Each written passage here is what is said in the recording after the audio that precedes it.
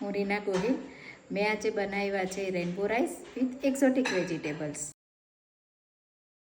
આજે હું શાકભાજી અને ફૂલોના કલરનો ઉપયોગ કરી રેનબો રાઈસ બનાવીશ ને તેને અલગ અલગ વઘાર વડે અલગ અલગ સ્વાદ આપીશ.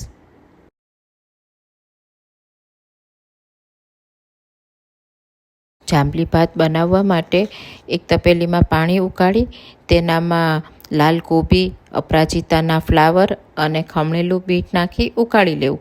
પછી એક કડાઈમાં તેલ નાખી ઝીણું સમારેલું લસણ સાતળી લેવું. તેનામાં થોડા ભાત નાખી મીઠું નાખી અને બીટ કોબીનું જે પાણી ઉકાળ્યું છે એ 3-4 ચમચી નાખી બરાબર સાતળી લેવું. થઈ ગયા આપણા વાયોલેટ ભાત તૈયાર. લીલા ભાત માટે અપરાજિતાના ફૂલ, કોથમીર અને ફુદીનોને બરાબર પીસી લેવા. પછી કડાઈમાં તેલ મૂકી આ પેસ્ટ સાતળી લેવી. તેમાં મીઠું નાખી ભાત નાખી દેવા. પછી તેમાં વાયોલેટ ભાત માટે જે પાણી બનાવેલું છે તે પાણીના 2 ચમચી નાખી એકદમ હલાવી લેવું. થઈ ગયા ઇન્ડિગો ભાત તૈયાર.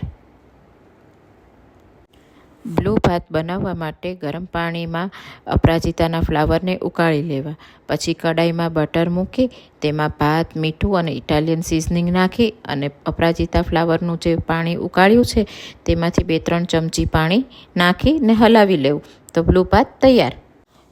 ગ્રીન ભાત બનાવવા માટે કડાઈમાં તેલ ગરમ કરી તેમાં લીમડો નાખી ઝીણા સમારેલા કેપ્સિકમ નાખી સાતળી લેવા. પછી તેમાં બ્લાન્ચ કરેલી પાલક, લીલું મરચું અને કોથમીરની પેસ્ટ કરી તેમાં નાખવી.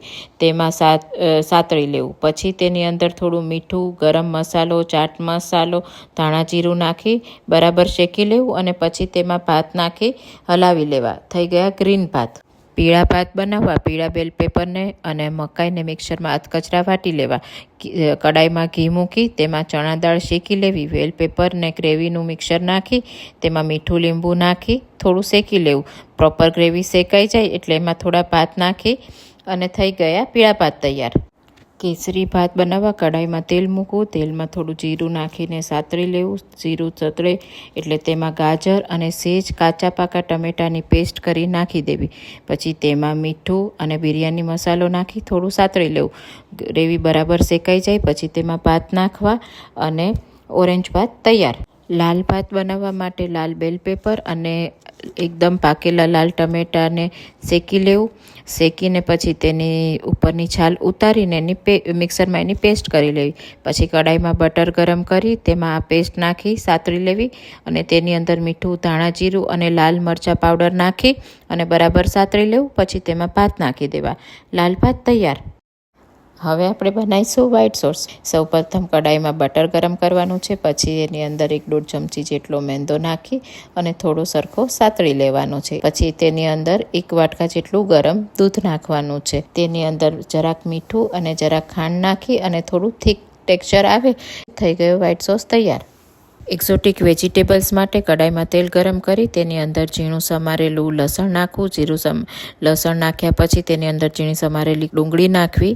બંને સતળાઈ જાય પછી તેની અંદર બેબીકોર્ન, ઝુકીની, ગાજર, રેડ કોબી, બેલ પેપર બધું લાંબુ સમારીને એડ કરી દેવું. પછી તેની અંદર મીઠું, મરી પાવડર, ચીલી ફ્લેક્સ અને ઓરેગાનો નાખી થોડું સાતળી લેવું. ને હવે પ્રેઝન્ટેશન માટે અમે ગુજરાતી જે ચટપટી પૂરી બને છે એનું એક એલિમેન્ટ ટ્રાય કર્યું છે. જેના અંદર ઘઉં, મેંદો, તેલ, કાળા તલ અને મીઠું નાખી થોડો મીડિયમ કડક લોટ બાંધી તેને વણી એની લાંબી લાંબી પટ્ટીઓ કાપી અને કોઈ પણ ગોળ ડબ્બા ઉપર એને લપેટી અને પછી તેલની અંદર તળી લીધી છે. હવે એને પ્લેટિંગ કરવા માટે આપણે બધા જ કલરના ભાત લઈશું. એ ભાતને કલર વાઇઝ લાઇનસર ગોઠવી છેલ્લું લેયર આપણે સફેદ ભાતનું રાખશું. એના ઉપર આપણે કેસર, કેપ્સિકમ, ફુદીનો, અપરાજિતાનું ફૂલ એ બધાથી થોડું ડેકોરેશન કરીશું. એની બાજુમાં વ્હાઈટ સોસ અને એની અંદર થોડું કેચઅપથી ડિઝાઇન બનાવીશું અને પેલી જે આપણે પૂરીની રીંગ બનાવી છે એના ઉપર આપણે થોડા એક્ઝોટિક વેજીટેબલ ગોઠવીશું. આ થઈ ગઈ આપણી complete plate rainbow rice with exotic vegetables.